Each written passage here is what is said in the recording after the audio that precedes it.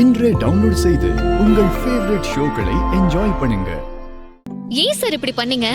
பிரசன்டேஷனை என்ன பண்ண சொல்ற மாதிரி சொல்லிட்டு இப்படிதான் கடைசி நேரத்துல அசிங்கப்படுத்துவீங்களா? இதுக்காக நான் ராத்திரி முழுக்க ப்ரிப்பேர் பண்ண தெரியுமா? என்ன பழி வாங்கணும் தானே என்கிட்ட வேற ஒரு ப்ராஜெக்ட் ஃபைல கொடுத்து படிக்க சொல்லிட்டு இப்போ வேற ஒரு ப்ராஜெக்ட பத்தி பிரசன்டேஷன் கொடுத்திருக்கீங்க. நீங்க இப்படி பழி வாங்க நினைப்பீங்கன்னு நான் நினைக்கவே இல்ல. ஏங்க அவசரப்பட்டு வார்த்தையை விடுறீங்க? என்ன எப்பவுமே தப்பா தான் புரிஞ்சுப்பீங்களா? இல்ல சார், இப்பதான் நான் உங்களை கரெக்டா புரிஞ்சிருக்கேன். என்ன கொஞ்சம் பேச விடுறீங்களா? நான் கொடுத்த ப்ராஜெக்டோட டீடைல்ஸ் வேற, நீங்க ப்ரிப்பேர் பண்ணிட்டு வந்திருக்க ப்ராஜெக்ட் பிரசன்டேஷன் வேற. அதை இங்க பிரசன்ட் பண்ணியிருந்தா எல்லாமே தப்பா இருக்கும்.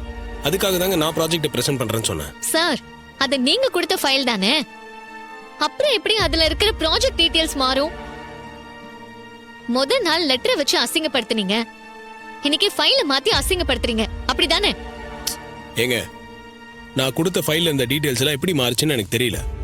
எங்கேயோ தப்பு நடந்திருக்குங்க. சார், தப்பு இல்ல நீங்க பண்ணிட்டு வேற யாரோ பண்ண மாதிரி சொல்லாதீங்க. ஏங்க, நான் தான் பண்ணலன்னு சொல்றேன்ல. இதை யார் பண்ணாங்கன்னு தாங்க நம்ம கண்டுபிடிக்கணும்.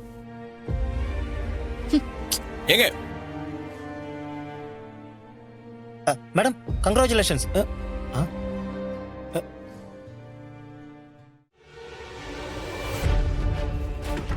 என்ன மாப்ள, திரும்ப சிஸ்டர் கோவமா போறாங்க? ஃபைல்ல யாராவது லெட்டர் திரும்ப மாத்தி வச்சிட்டாங்களா? ஃபைலையே மாத்தி வச்சிருக்காங்கடா. ஃபைலையே மாத்தி வச்சிட்டாங்களா? என்ன மாப்ள சொல்ற? அன்னைக்கு யாரோ ஃபைல்ல லெட்டர் வச்சதுக்கு ஏன் மேல கோவப்பட்டா.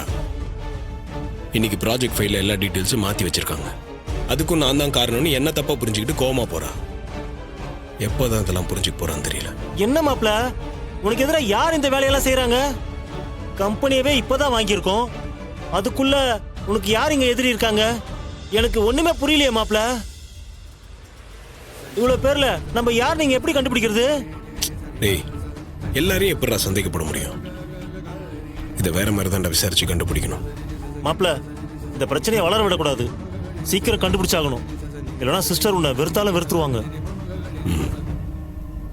அந்த அளவுக்குலாம் போக விட மாட்டேன்டா. அதுக்குள்ளது யாருன்னு கண்டுபிடிச்சிருவேன்.